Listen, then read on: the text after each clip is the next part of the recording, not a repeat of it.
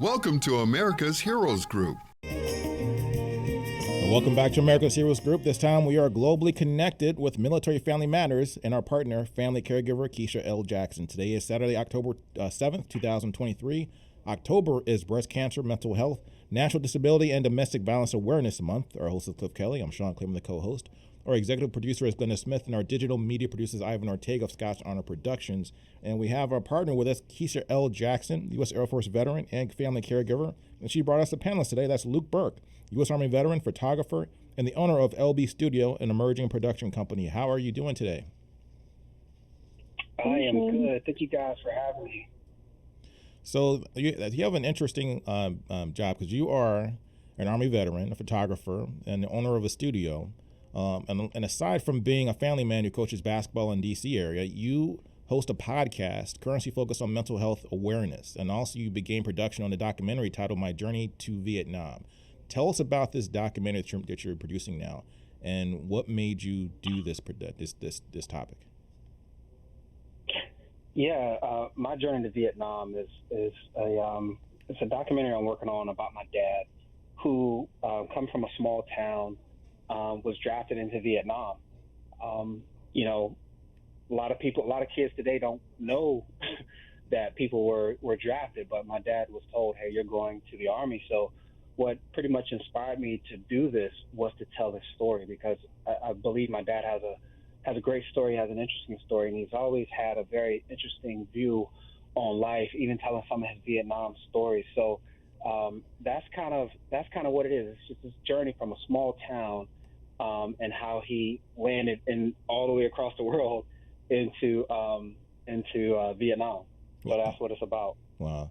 And Keisha, I have to ask you, how did you come across Luke and to bring him here today? Yeah, so Luke is a friend of mine. He's one of those, like I said, a multimedia creative, and I consider myself one.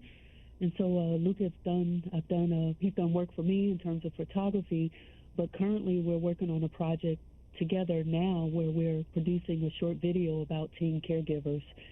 And we're always kind of just brainstorming and talking about other projects that we want to work on. So I met him about, maybe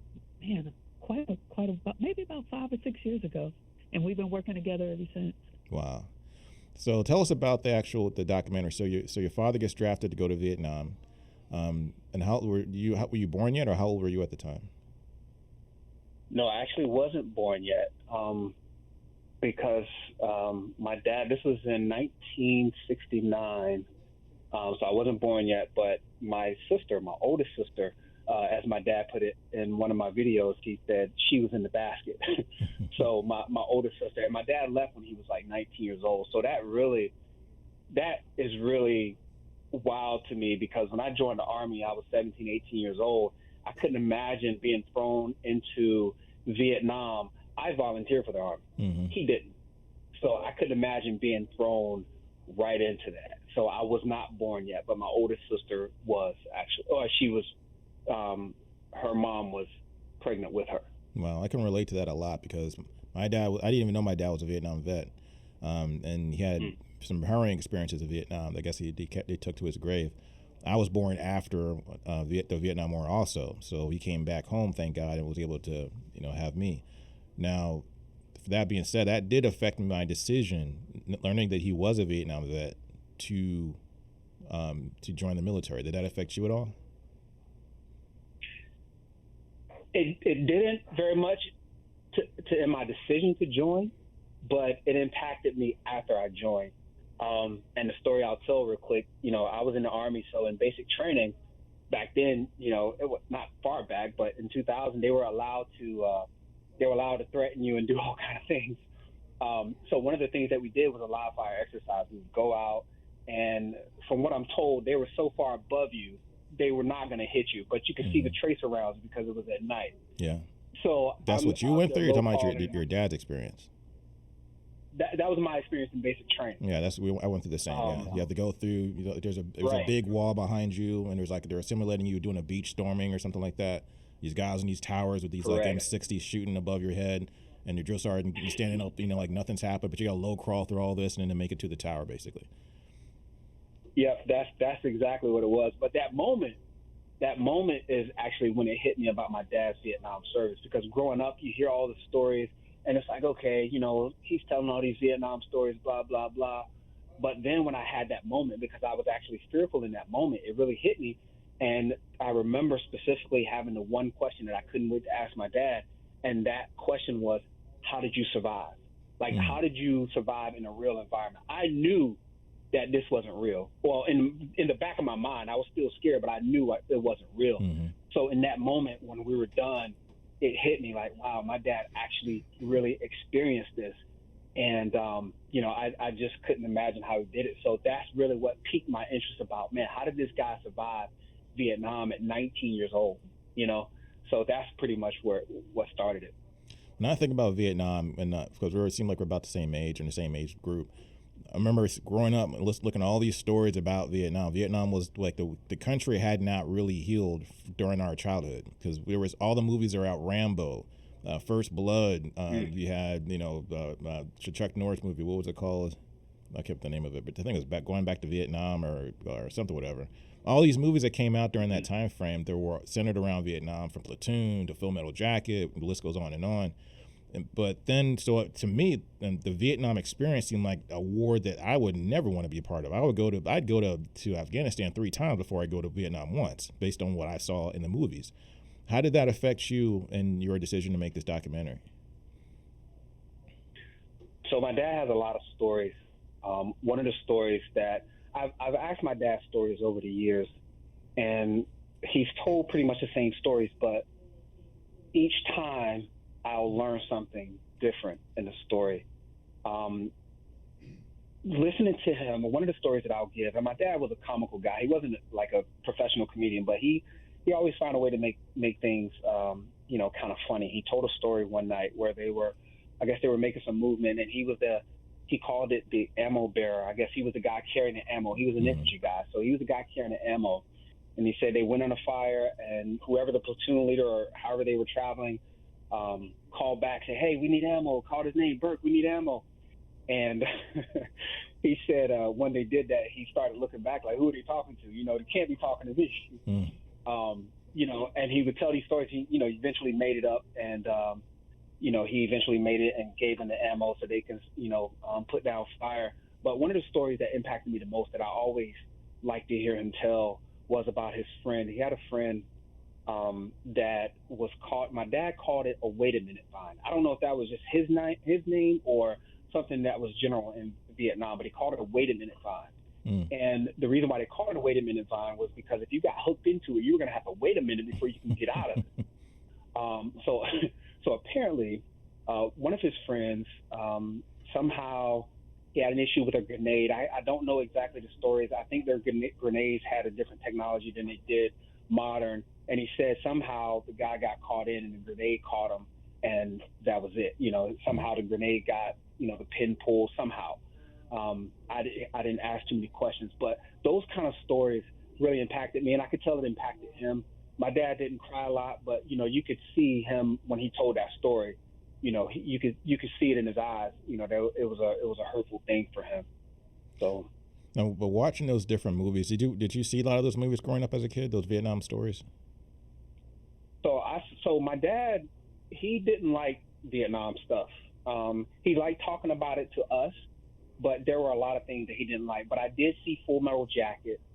I don't think he watched it. He would never. He wouldn't watch stuff like that. My dad, he went through phases, and I think that was part of the mental health part that we didn't really know back then. He went through phases with Vietnam because when we were young, I never remember him ever allowing us to pop bubble gum. He never wanted us to pop bubble gum because it always reminded him of things blowing up. So he hated that. And apparently I learned this later in life, and that's another interesting thing about this is as I talk to parents or uncles and aunts, I'm hearing different stories about how my dad was acting when he came back. And even my aunt said that when he came back, he didn't like that, so that things like that were interesting. But we never watched those movies together. But I believe I did see Full Metal Jacket, but it's been a very long time since I've seen that movie. But it was a very impactful movie. Wow. So tell us about your podcast, because you focus on mental health awareness on your podcast. and you experienced it, issues with mental health, seeing someone that's obviously going through some type of PTSD, because the things you describe are things that people who've been through combat experience and kind of show when they come back home. Yeah, so my podcast is so it's a variety show, but my latest focus has been on mental health, and definitely experiencing this with my dad, because there are some things that I could not explain as a young person that my dad went through, that I saw him go through. I just couldn't understand. And then bringing it full circle, when I had my own type of issue, is really when everything really started to register with me as far as mental health goes. Because I would always hear the stories, people say, well, I can't do this, I can't do that. And I never understood it until I went through it myself. And then even last month was Suicide Prevention Awareness Month. And I'm thankful to God that I never got to that point. But just understanding that some people think that when you're going through some type of mental health crisis, you can just think it away or pray it away or whatever it is that you do, that really had a big impact on me. And I really want to get the message out that, hey, when people are going through stuff mentally, just do the best you can to be there for them. And I'm really thankful to the organization, whichever organization it was. They now have a call line, 988, where you can just call it almost like you're calling 911. Mm-hmm. And I'm really appreciative for that, because a lot of people didn't know where to go. Now, if someone is going through something, you can give them a card and say, hey, 988 is your number. Someone will call, someone will talk to you. And last thing I'll say real quick regarding that, because it's around mental health, and I'm going to talk about this in a few days. My wife and I both actually experienced witnessing two people after they attempted to take their own life. And my thought is always, what could that person have possibly been going through to feel like they have to end it all? And to see two unique situations of people that we did not even know. One, I'm not sure if he survived. The other one, I know he didn't survive. But, so that's where I am with the mental health, and that's why I'm involved, because it's a serious thing. And in our community, in my community, the Black African American community, we don't talk about it very much. And I think it's time for us to do that a little more. Now, Keisha, because Luke brought up a very interesting point, and you're a caregiver, so I wanted to get your input on this. As a person who lives with someone or loves someone with mental health issues, is that person who lives with that mental person who's going through trauma or PTSD, whatever it might be, are they a caregiver in your eyes? Oh, most definitely. Yeah, you take on so many different things. You take on the different emotions and the different changes in emotions, whether, that person may be happy, they may be sad, and it can actually make you have to start dealing with emotional issues yourself as well. But most definitely, I would consider that person being a caregiver. And what's the best way for that caregiver to kind of thrive or not just live or survive, but thrive in that kind of environment? It's so hard because each situation is different. But we always tell caregivers that, first of all, that you're not alone. We try to give resources, whether it's the VA, whether it's just other local resources, because a lot of times we have the state resources, the federal resources, the national resources, but a lot of times the ones that are going to be most immediate to you are going to be those local resources, to be able to reach out to them, to have someone that you can talk to, sometimes whether it's a sibling, a spouse, but don't keep it to yourself. That's just really, really, really, really important. I think that's good advice, because I think a lot of people that are living with people with PTSD or with any kind of mental health issue, that's maybe not even seeing any kind of seeking any kind of professional help, they are in a way don't even see themselves as caregivers, but they are in a way being caregivers. They have to do something to keep the family together, to tend to that person and their needs. But you got to I think it's really important, like you mentioned, you have to get the tools, the proper tools around you, so you can be an effective caregiver, because you are a caregiver. That kind of even goes back to even the documentary that Luke is working, that he's producing for his father. You have to look at it from the memories, you created memories, like, wow, he has this legacy that he can share with his children about their grandfather and different things like that. but it is also a way to learn about those different things, maybe those different things like you mentioned about chewing bubble gum, those triggers that can help, and then you document those things down. And then as that caregiver, say like if you're going to the VA to try to get that person resources or help or aid, you have more information. So you can look at it as like a twofold thing. To be really, really helpful for you as a caregiver to care for that person, whether it's getting financial needs or medical attention, mental health awareness, whatever it is, it's just really, really helpful. Now, Luke, tell me about what your father said to you that had the biggest impact on him. On him? Mm-hmm. Well, as I mentioned before, he talked about, losing his friends. He talked about, being 19 years old. I have a clip of him where he talks about when he finally had to tell his family that he was going to Vietnam. He dreaded telling them that he was going to Vietnam. Him being so close to death was another thing that he used to talk about. And it's interesting because to tie that in together, my dad, he actually passed in 2021, but one of the hardest conversations we had to have with the medical staff and having my family on the phone, I kind of, I was kind of talking to the doctor every day, trying to research stuff. And one of the hardest things to do was to tell the doctors and to tell my family, hey, my dad is not afraid of death. Mm. Right. And, he talked about, because he'd always said that to me. And my dad is the only guy that I ever felt like didn't have any fears. But the things that impacted him were being so close to death. And these are things that you kind of have to pick up in between the lines. Like I said, losing his friends and never, one of the biggest thing I would say impacted him is I don't believe he ever got closure on Vietnam. I don't believe he ever got closure. There was never a point where, because a lot of Vietnam veterans are still looking back and they're saying, why were we there? What were we doing?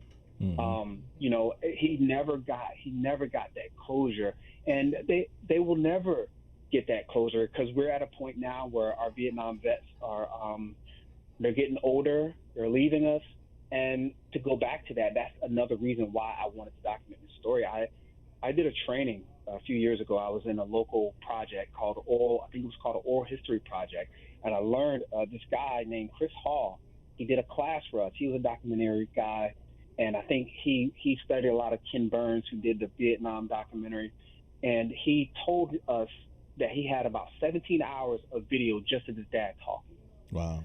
And I was amazed at this. And he encouraged us to do this. So immediately after doing that, I said, I have to do this.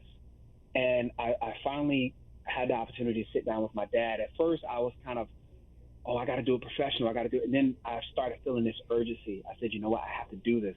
So every time I was around my dad, if I only had my cell phone, I just picked up my cell phone. If I was going home to do something, I would bring my camera equipment so we can get them on camera. And it turned out to grow because there was even one video where my mom was on there and he was telling stories about Vietnam, and they were kind of going back and forth, joking around about different stuff. But it was really cool. But I think him being close to death and him not knowing what was going to happen. But the last thing I'll say is the video clip that I have. My dad had this confidence about himself, and one of the things he said in the video, he said, I'm going, but I'm coming back. And he said that. He said that's what he told his family. He was going, but he was coming back. And so, yeah, I mean, a lot of stuff. And especially, and if I can continue real quick, the Agent Orange had an impact on him. My dad, the bottom of my dad's feet looked horrible. Wow. We got about 10 seconds left. The bottom of his feet looked horrible. Okay. Just so you know, we got 10 seconds left. But yeah, I wanted to come. We got to have you back on the show because we're actually we're about out of time. I wanted to ask you real quick though, a yes or no question, because your stories about your dad going to Vietnam, his experiences getting drafted, and then coming home. I guess so. The whole journey of him going to Vietnam. Have you ever been to Vietnam, and are you planning to go for this documentary? I would love to go, but I've only been to Korea. Okay. Well, thank you for your time. I really appreciate it. We got to have you back to go more into this documentary, and particularly after this is finished. We will love to give information about it, tell people where to see it, because it sounds like it's going to be really, really good and really, really entertaining and also very enlightening and informative and educational. Appreciate you, Luke. Appreciate you, Keisha. Thanks for your time. Thanks, Sean. Thank you. This is America's Heroes Group. We'll be right back.